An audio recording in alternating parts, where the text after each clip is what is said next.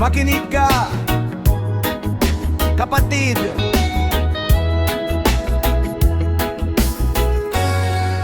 Maaga kang gumigising para sa pangarap. Walang masama kung pera ang hinahanap, pero huwag kalimutan ang tunay na dahilan: ang pamilya, pag-ibig at kabutihan. Marami ang nagbago dahil sa kayamanan, nakalimutan ang dating samahan. Kaibigan at kapatid ay iniwan, kapalit ng luho at kapangyarihan. Tandaan mo, kapatid ko, lahat ng bagay ay may hangganan. Ang pera ay kasangkapan lang, hindi sukatan ng pagkatao. Huwag mong sambahin ang pera, hindi iyan ang tunay na ligaya. Mas mahalaga ang pusong tapat at pagmamahal na walang kapalit.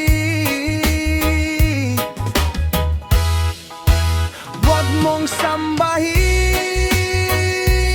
ang pera, dahil iiwan din tayo niyan. Pero ang kabutihan at pag-ibig, habang buhay na maaalala.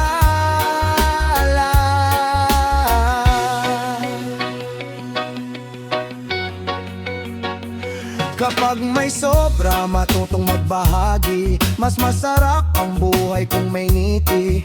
Hindi mo madadala ang kayamanan kapag dumating ang huling hantungan. Mas mayaman ang taong marunong magmahal at hindi nalalamang ng kapwa kailanman. Respeto ang tunay na yaman na hindi kayang bilhin ni numan. Kung pera lang ang iyong pinaglilingkuran, baka mawala ang tunay na kaligayahan. Balansehin ang pangarap at kabutihan, doon matatagpuan ang tunay na tagumpay. Huwag mong sambahin ang pera, gamitin mo ito ng tama. Maging tapat sa bawat hakbang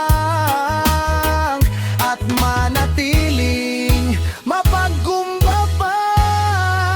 Huwag mong sambahin